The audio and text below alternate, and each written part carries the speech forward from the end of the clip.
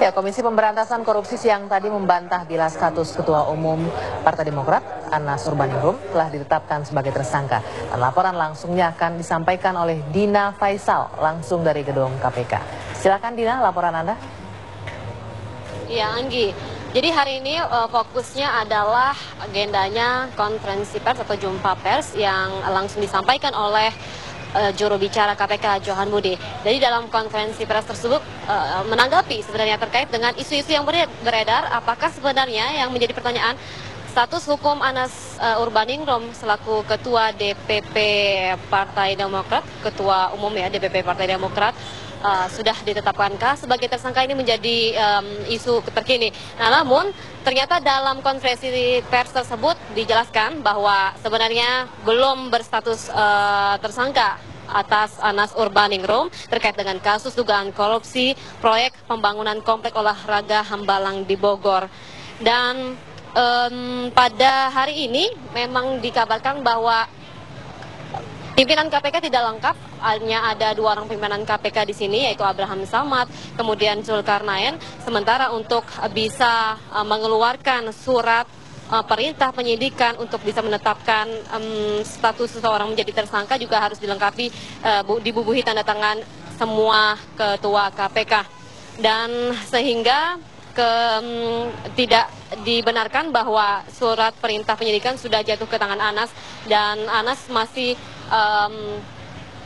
tidak dikaitkan dengan kasus-kasus tersebut. Status Anas masih saat ini masih kita katakan bersih, belum dikatakan tersangka. Tapi kita lihat saja nanti sebenarnya seperti apa, karena pada saat ditanyakan, Abraham Samad pernah menyatakan bahwa akan ada kesepakatan nantinya terhadap Anas Urbaningrum, tapi ketika ditanya kembali kesepakatan apa yang akan dibuat untuk Anas Urbaningrum, itu yang tidak dijelaskan oleh Abraham Samad.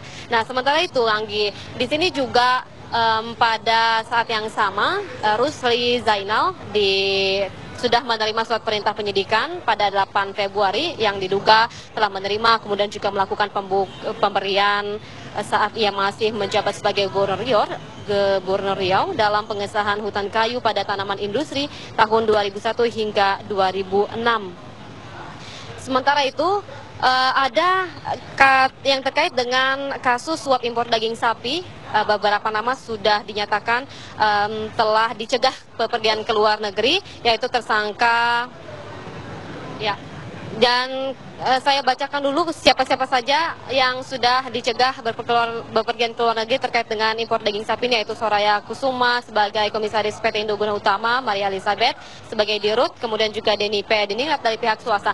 Nah, kita kembali ke bagaimana sih sebenarnya pada saat konferensi pers Johan Budi menyatakan terkait dengan bantahan terhadap Anas Urbaningrum yang belum status hukumnya sebagai tersangka. Kita dengarkan sama-sama. Kalau dia diperiksa itu sebagai apa? Kan dia sudah saya sampaikan bahwa Anas pernah dimintai keterangan dalam kaitan dengan penyelidikan Hambalang. Itu. Loh, penyidikan dia belum pernah diperiksa di penyidikan. Bagaimana saya bisa mengatakan status seseorang yang belum pernah dimintai keterangan di penyidikan? Jadi yang saya sampaikan, Anas Urbaningrum pernah dimintai keterangan dalam penyelidikan Hambalang. Sampai hari ini ya.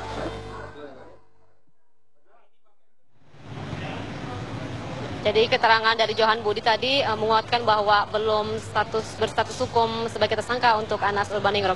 Demikian yang dapat kami laporkan sesaat ini. Nanti akan kami laporkan perkembangan terkininya dari KPK. Silakan kembali ke studio.